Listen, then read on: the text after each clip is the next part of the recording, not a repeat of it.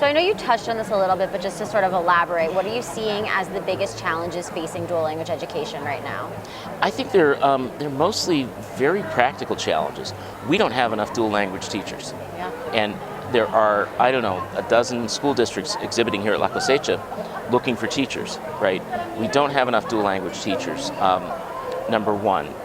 Number two, where we have systems that are really investing in dual language, they have to look carefully at how they're providing access to everybody, and that has to do with the location of the programs, the nature of the programs. Are they whole school or single stream?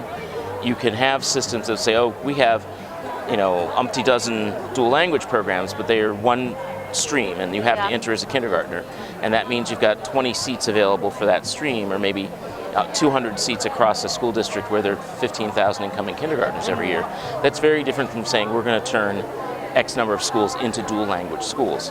So we have to look at the location, the transportation, the nature of the programs, and then finally how do our school systems communicate to, especially to minority language parents, that these programs are out there and that there are ways of getting into them. That's one of I think the biggest challenges we see, aside from teachers number one, and then the structural stuff number two. But it's more about making sure that parents know that these programs are available and that they have real opportunities, meaningful opportunities to get their kids into them. I don't think it's an issue of political will, and at least for 70% of the country, because when you look at the polling data, we've done polls over the last 20 years. 70% of the country says, yeah, everybody should be fluent in 2 languages by the time they graduate from high school. This is something parents really do want. And when you look at the demographics of the schools and of the parents now, it's an incredibly diverse and increasingly diversifying parental demographic. There are a lot of bilingual parents, and they say, well, why can't I get bilingualism for my kid in school? It would be like if you're an accountant, they're not teaching math at your school. Okay.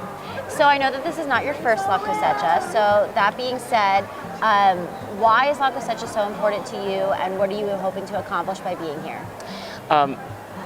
It actually is my first La Cosecha. Is it really? Wow. It is. I thought that you would have been to many of them. No. So one of the challenges I have in my role is that I get a lot of invitations to go and speak at conferences, and I can't make all of them. Okay. But La Cosecha turned out fortuitously this year. The timing worked out. I love Albuquerque. It's a fantastic city. I was able to interact with dual language education in New Mexico last year when NABE, the National Association of Bilingual Education, for bilingual education, was here in Albuquerque in the same building. So what I want to learn, I need to learn. I want to know what's going on out in the world and in our programs.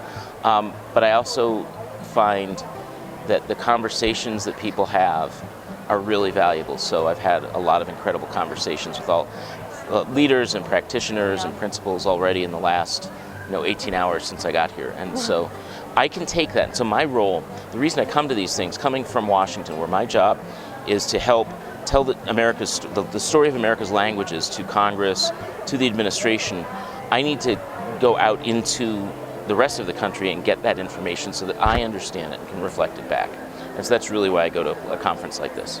Awesome. Well, thank you so much for coming and talking with us. It's my pleasure.